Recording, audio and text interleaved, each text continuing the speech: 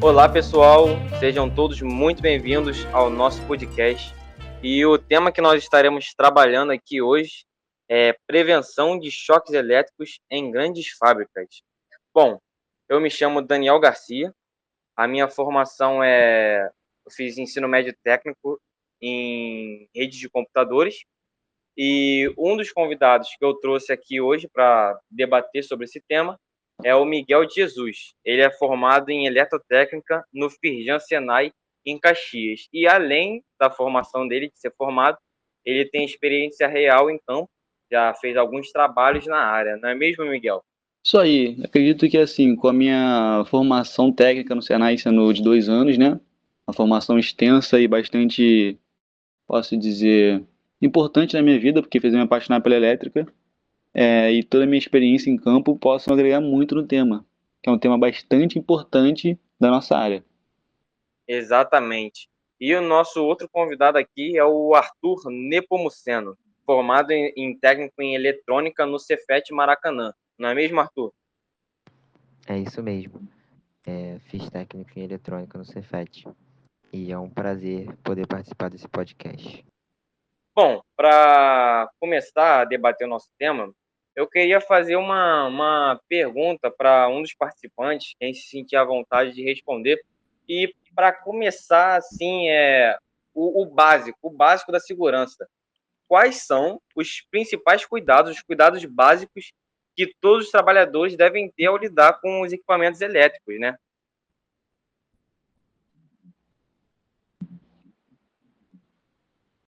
Bom, eu posso responder.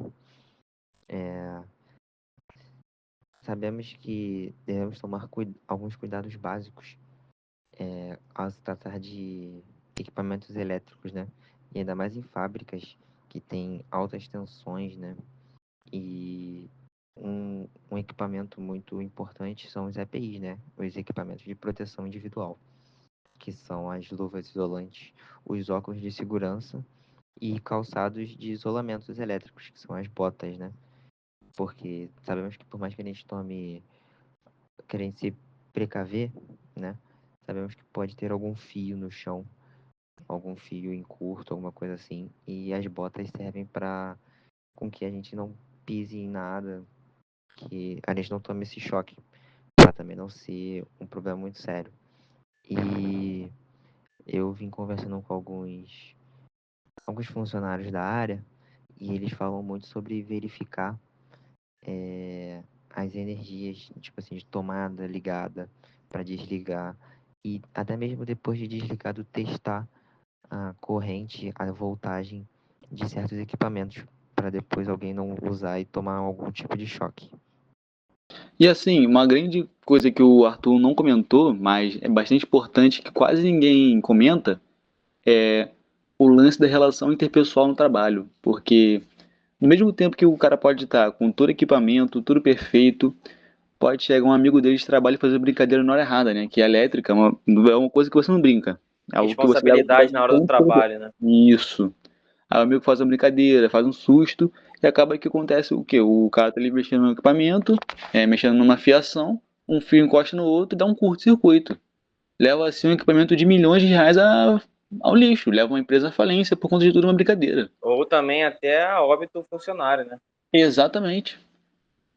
Mesmo o que está na máquina, com todo EPI, o outro corre o risco de, entendeu? Levar o curto, levar o choque. Exatamente. Também temos que ficar muito atento no nosso local de trabalho, né? Como o Arthur disse aí, às vezes tem um fio solto. Então, nós que somos da área, ou até mesmo aqueles que não são da área, precisam estar atentos aos locais que possam ter esse tipo de risco elétrico, né?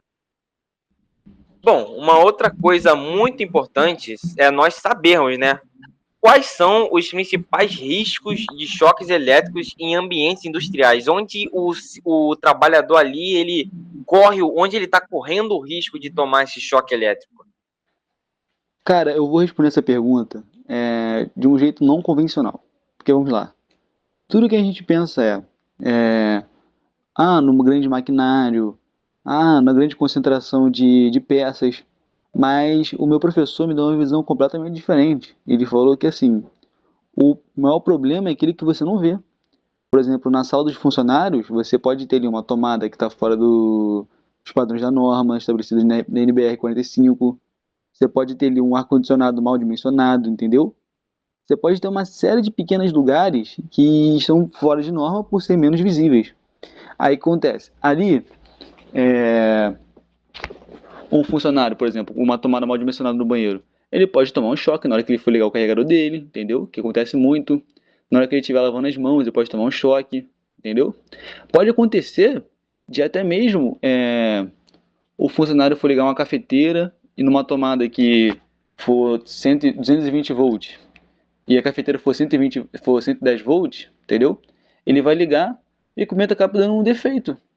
Acaba que ele pode tomar um choque por estar despreocupado, né? Por ser um ambiente tranquilo e pode levar ele a ter uma lesão maior. Claro, ele pode acabar derrubando alguma coisa, se lesionando, caindo no chão. E a gente sabe que o choque elétrico, ele não é só o choque. Ele vem um choque e a consequência. Se for até uma pessoa mais velha, ela pode vir a ter um infarto cardíaco, entendeu? Um pequeno choque é o suficiente para isso, dependendo do estado da pessoa, né? Exatamente, mano.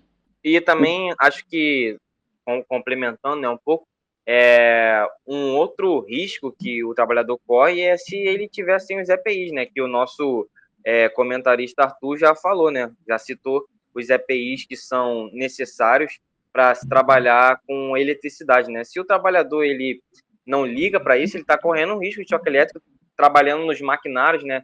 De repente, algum maquinário tem alguma coisa, algum risco, algum fio solto em algum maquinário, e ele, se não tiver com EPI, ele corre um sério risco, correto? Exatamente, exatamente. Na fábrica, eu comentei nos lugares que você não vê, né, que o patrão geralmente não vê, ali não tem a menor obrigação de estar usando EPI, entendeu? Ali ele está no momento livre de comer, de descansar, então o EPI não se torna necessário. Correto. Bom, agora uma coisa muito importante que todas as empresas que lidam com eletricidade precisam ter são as capacitações, na verdade. Então, assim, como que a capacitação e o treinamento dos funcionários, a empresa treinar os funcionários, como que isso pode ajudar na prevenção dos acidentes com eletricidade?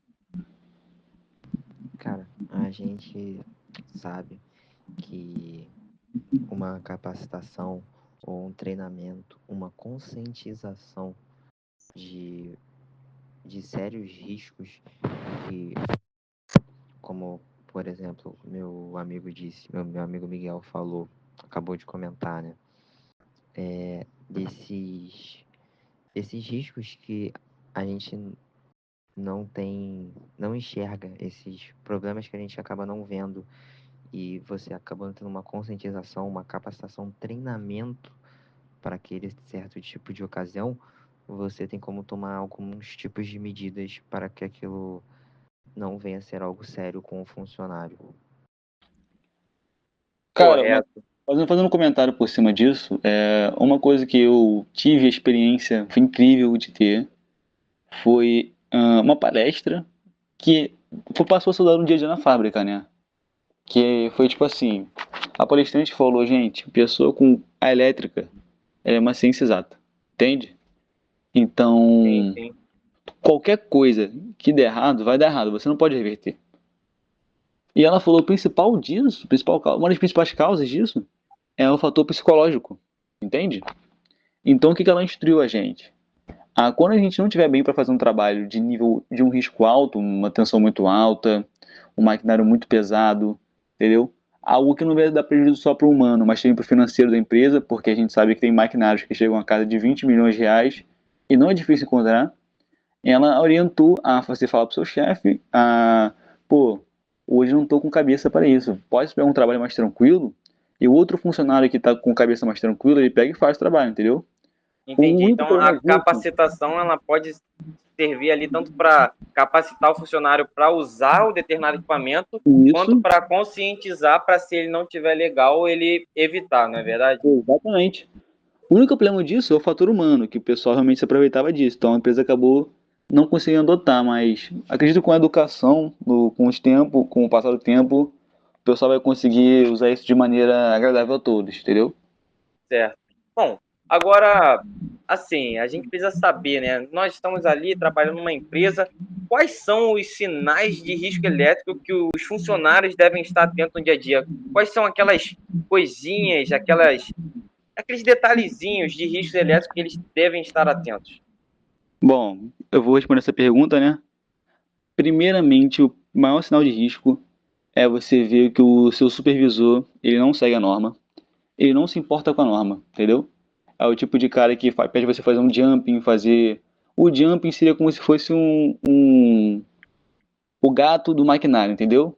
Você meio que Sim, sim, corta sinais, tipo, ele tinha que passar por um disjuntor, mas o disjuntor tá ruim, para a empresa não pagar um disjuntor, você pega o fio, emenda e passa por cima, entendeu? Já deixa o maquinário com risco de quebrar e o funcionário com risco de tomar um choque enorme ali, entendeu? Outro sim. grande sinal disso, um potencial enorme para ele tomar um choque elétrico, é o parceiro dele não estar usando o EPI. Porque quando o parceiro dele não usa o EPI, já é um sinal que ele não se importa com o trabalho dele.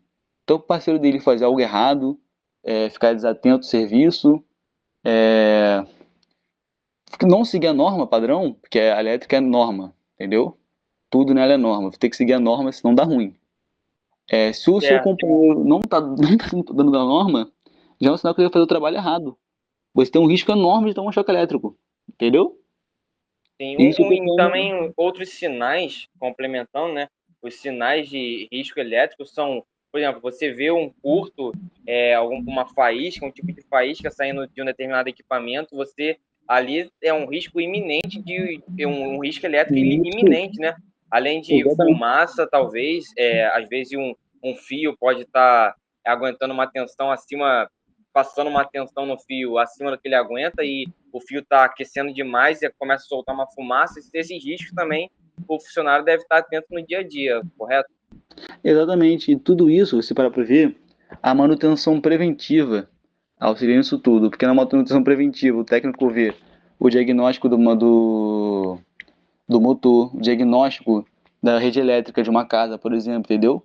Ele vai fazendo pequenas correções que evitam que todo o corpo de funcionários, todo o financeiro da empresa, toda a dor de cabeça que ele poderia dar para o chefe dele, ele reduz isso, entendeu? Número muito, muito alto. Porque a Manter manutenção sempre a preventiva... manutenção preventiva ali em dia vai ajudar muito Exatamente. a evitar esse tipo de risco. Vai E ajudar a prevenir esses riscos, né? exatamente. E previne o funcionário no bem-estar e previne o patrão no financeiro, entendeu?